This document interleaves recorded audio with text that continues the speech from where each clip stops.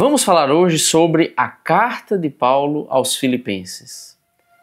Eu diria que o tema dessa carta pode ser resumido em duas palavras: alegria e unidade. Vamos falar primeiro sobre o que Filipenses nos ensina a respeito da alegria. Tem duas exortações bem conhecidas dentro da carta, onde Paulo fala sobre alegrar-se no Senhor. Você pode acompanhar Filipenses 3:1. Paulo disse: alegrem-se no Senhor. Filipenses 4, versículo 4, Paulo fala: alegrai-vos sempre no Senhor. Outra vez digo, alegrai-vos. Paulo repete essa instrução, repete no modo imperativo mesmo para os filipenses, dada a importância do assunto. Agora, sabe o que chama a atenção? Que nessa carta, Paulo não só ensina, não só exorta sobre alegria, mas Paulo demonstra alegria. Você conhece o contexto em que Paulo escreveu Filipenses? Ele estava preso, provavelmente em Roma, um contexto evidentemente desconfortável, perigoso. Quem sabe o que aconteceria com a vida de Paulo naquela prisão? Mas ele não estava desanimado, angustiado, desesperançoso. Paulo estava alegre. Por várias vezes na carta ele demonstra essa alegria. No capítulo 1, versículo 18, Paulo diz: uma vez que Cristo de qualquer modo está sendo pregado, quer por pretexto, quer por verdade, também com isto me regozijo. Sim, sempre me regozijarei. Uma coisa que alegrava Paulo: o evangelho está sendo pregado, independente da condição pessoal dele.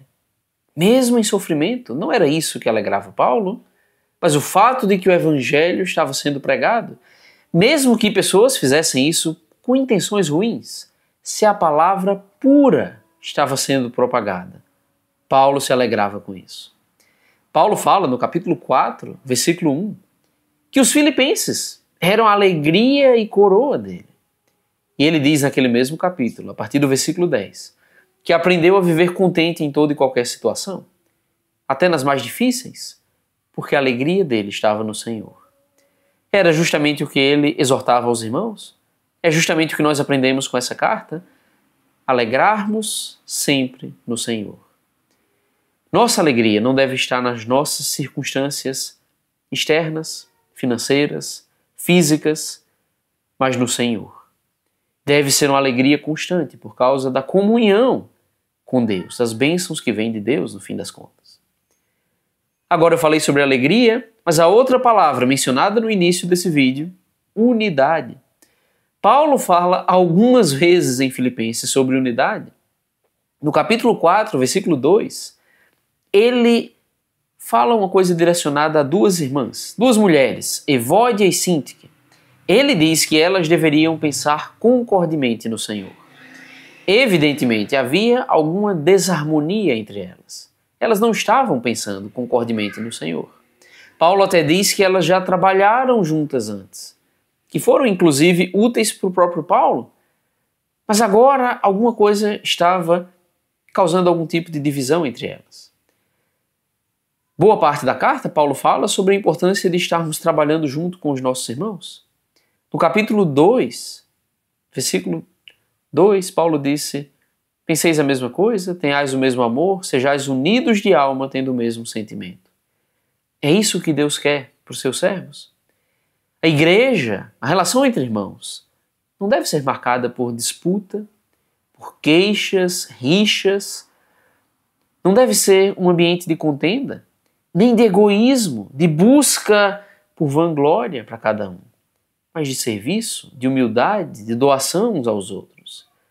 E assim, focados no Senhor, estarmos unidos. Para concluir essa mensagem, o que me chama a atenção em Filipenses é como Paulo relaciona alegria com unidade. Eles deveriam estar alegres por servirem de forma unida. Leia essa carta, medite nas palavras de Paulo e, principalmente, ponha em prática as preciosas lições que Filipenses nos oferece.